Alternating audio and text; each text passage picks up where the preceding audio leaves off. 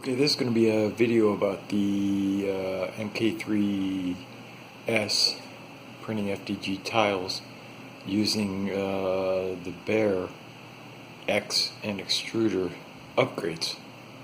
But before we get started, I'd like to thank Tom Tullis at Fat Dragon Games, Angus Young at Maker's Muse, Chuck Hellebuck at Chet, and Thomas Sandler, all of them are on YouTube, for the information they freely share on 3D printing. Without it, I wouldn't be where I'm at right now. So, we got all the three printers, the MK3s, now matching colors. I got the Prusa Mint Orange FDG and went to work this weekend. And then I've also got Gregor Senier's X and Extruder upgrades. And this is what this video will be about today. This is what should be shipped with the MK3s. So right now it's printing an FDG wall tile and it's quiet. Except for the fan, which is less noisy than an Ender 3, because I upgraded this guy from the Noctua to the Sunon G99. Reason being, if you use a Noctua for your hot end cooling, give up. Just buy your 3D prints. It doesn't have enough pressure and it doesn't have enough volume to keep the heat from creeping up the hot end. You can go ahead and argue with me in the comments below. I'm not going to read anything, but that's alright. With the what Gregor recommends, the Sunon, I have no issues. It works. So the reason why I wanted to try this new fan is on the MMU2, after about an hour of printing, it would print for an hour, changing filament all day long for the first hour. No issues. And then after that, the tips started globbing, getting fat, stringing. And the only thing I can think of is heat creep. And Prusa's been battling. We're on like R4 of the extruder. They put a Venturi vent in to try to cool more. The Noctua fan, yes, it's quiet, but it will not cool your hot end. So, fix that. The other change he did on the extruder is the fan is the part cooling fan is vertical, as opposed to this 45-degree monstrosity. There is no noise. It's not rattling. It's happy. It's quiet, and it looks nice. This thing, okay.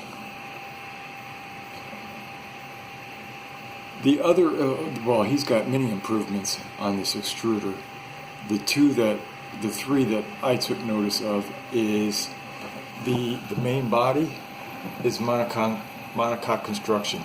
This whole thing here, the motor mounts directly to this, and this whole part all the way down is one part, as opposed to Prusa's 4 parts.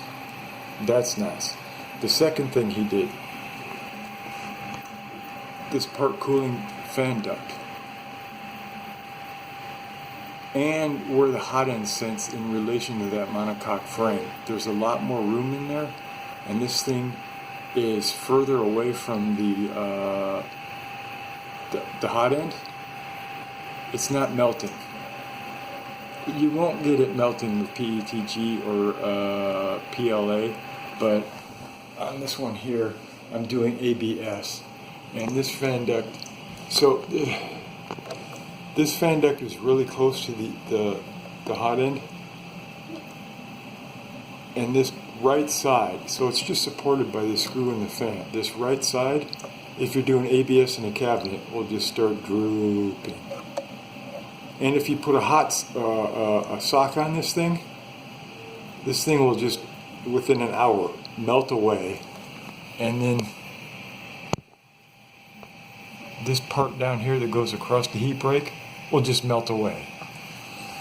Gregor's design, there's enough space in there. You put a sock, it won't, neither part will know.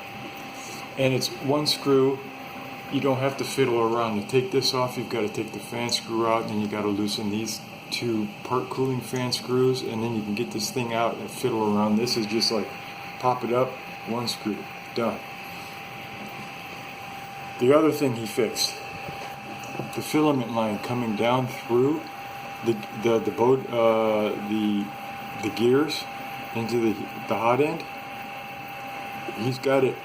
I saw the CAD files. It's perfectly vertically in line. The two gears are sitting right in the center of the filament. Prusa has a bug in their GitHub. They've got the shaft and the Bowden gear over to the right by about 0.5 millimeters. So the reason, that's another good thing about this extruder. The motor, after a couple hours, is warm. This guy here, the stock, is hot. I don't like that. If a motor is hot, something is wrong. Gregor figured it out. So their gear is off center. And I can show you. So if you take a piece of filament, this is the stock Prusa extruder. Try to push it past those gears. It won't go. That one's printing, so let's use this one. It's just updated. So with Gregor's design,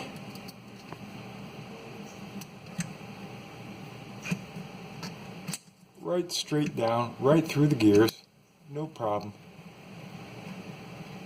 The motor's happy,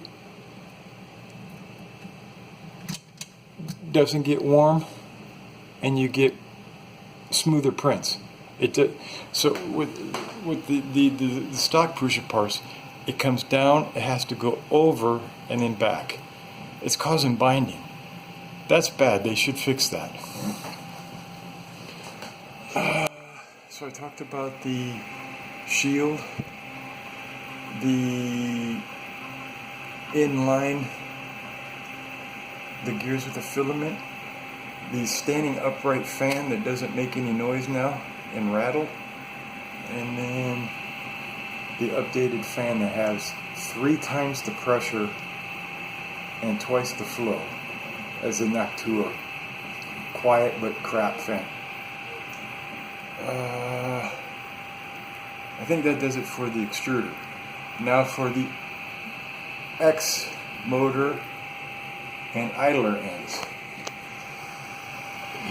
This Gregor guy from Switzerland, smart guy.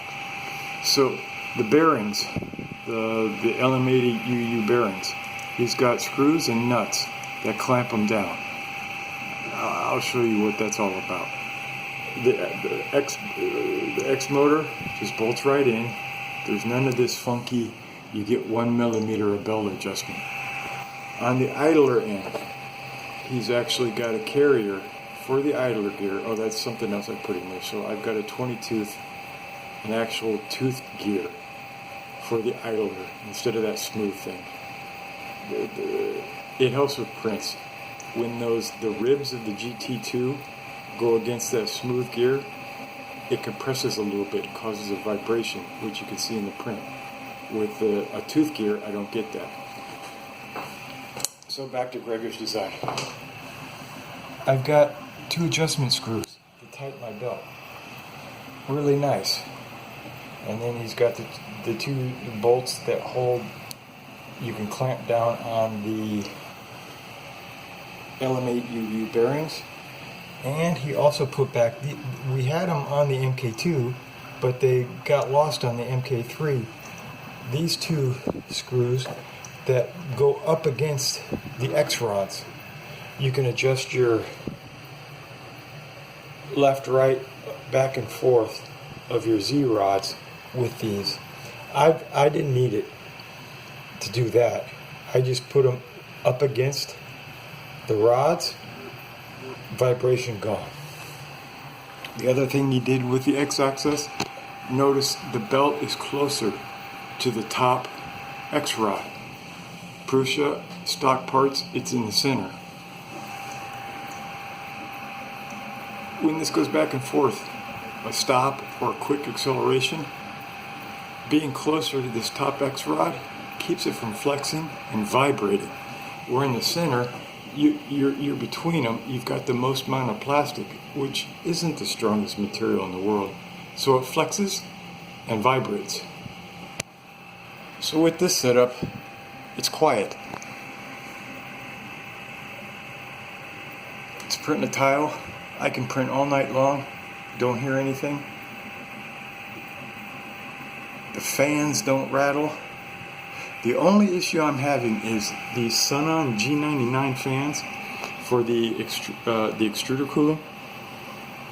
Sometimes when I'm moving really fast, you can hear a tick, tick, tick, tick, tick. The ball bearings are making noise on jerks of the hot end. If anybody has an idea of how to stop that, let me know in the comments down below.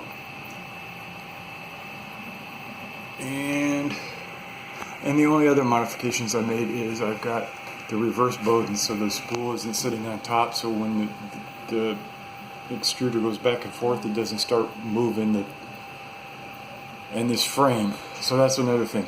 I'm so impressed with Gregor's design of the X ends and the extruder. I'm going to go ahead and go full Bear frames on these things, because the other thing that I've noted that I don't like is on the stock frame, this will move. And I know on my AM8 to Bear conversion, using Gregor's design again, but with my ANET A8, that thing is solid. So I'm going to go ahead and go full Bear frames on these three guys. That's about it, the update for today. So next video coming up will be the AM8 to Bear conversion first print. Let me know in the comments down below if you guys would be interested in configuring Marlin 2.0 for the SKR 1.3 and TMC 2209 drivers on that one. Then after that, I'll do a printing FDG tiles in ABS and using acetone smoothing. And then by then, I hope to have my Prusa Mini in, and I'll do a live stream of building that, changing the nozzle over to a 0.2 nozzle, and figuring out a FDG Minis profile for that. Alright, check you all later.